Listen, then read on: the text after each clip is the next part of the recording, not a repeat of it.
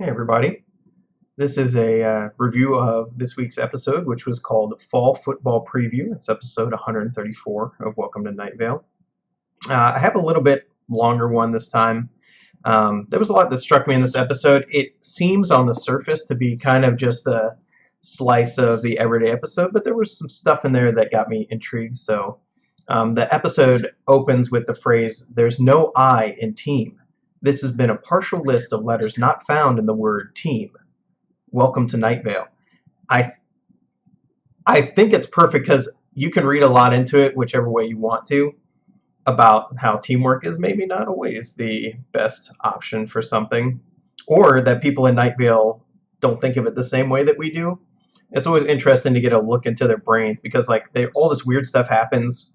That's a hallmark of the show, but it's not weird for them, right? I think getting reminded of that is kind of cool. But more importantly, this episode gave us a lot of background lore that I've been waiting to hear for quite a bit. There's always been references to the towns that surround Night Vale, but we learned a little bit extra about some of them today. First off, being that Pine Cliff, which is the town. Oh, you're too excited. There's a town near Night Vale called Pine Cliff where everyone are ghosts. We knew that already. They're called the Lizard Monitors, is the name of their team.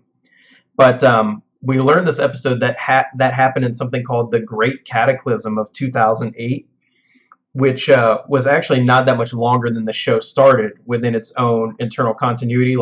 The show started basically the same year that it started airing, at least as far as we know, because they mention the years sometimes.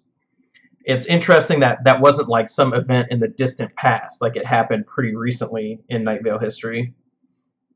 We also get the fact that Desert Bluffs is confirmed to exist again separately from Night Vale in some desert otherworld, just as a lot of fans predicted would happen when Kevin went there and started his new radio station again.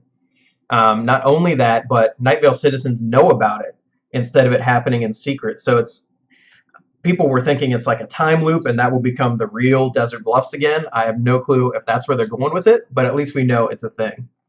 I still don't trust the Smiling God or even Kevin. The Triptych episode a while back made me feel a little bit more sympathetic to him, but I don't think that means he's made a full turnaround or that I trust him. I thought the commentary on anti-millennial sentiment this episode was really good. It's so annoying to hear again and again, millennials are killing XYZ. I thought it was a good spoof of that in this episode. The ad for Diet Pepsi was really good in this show. It was really haunting. I like it when they do that with the ad because it gives them an easy out from that mood at the end of the ad segment. I'm just going to read what it was just to remind myself how good it was. I just really like this one. It was when the first bolt of lightning struck the sea and the first apex of rock crested the tumultuous oceans, the elders among the stars brought life onto the earth. These children of stardust became humans, became authorities of their tiny planet.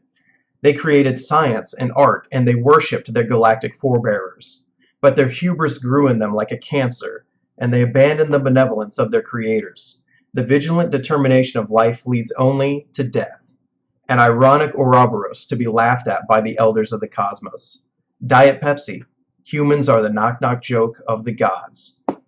Really good ending to that one. I like that phrase too. Humans are a knock-knock joke of the gods. I'm not sure exactly what it means, but I like it anyways. We also see there's a consistent continuity after the collapse of all the different versions of Night Vale in a story about Huntakar, I think last year. The Whispering Forest, for example, still exists, still growing, and fielding a football team. And also the subplot with Nazar al-Mujahid from earlier this year, where he had to make some tough choices about saving reality or being with someone he loved, made him quit the coaching job because he's in a depression about the choices he had to make. Let's see. I rarely remember the weather after episodes, but this one did kind of stick in my brain a little bit. I think because of, honestly, the font pun. I don't know why. It just stuck in my brain. It had a really good beat, which most of them do.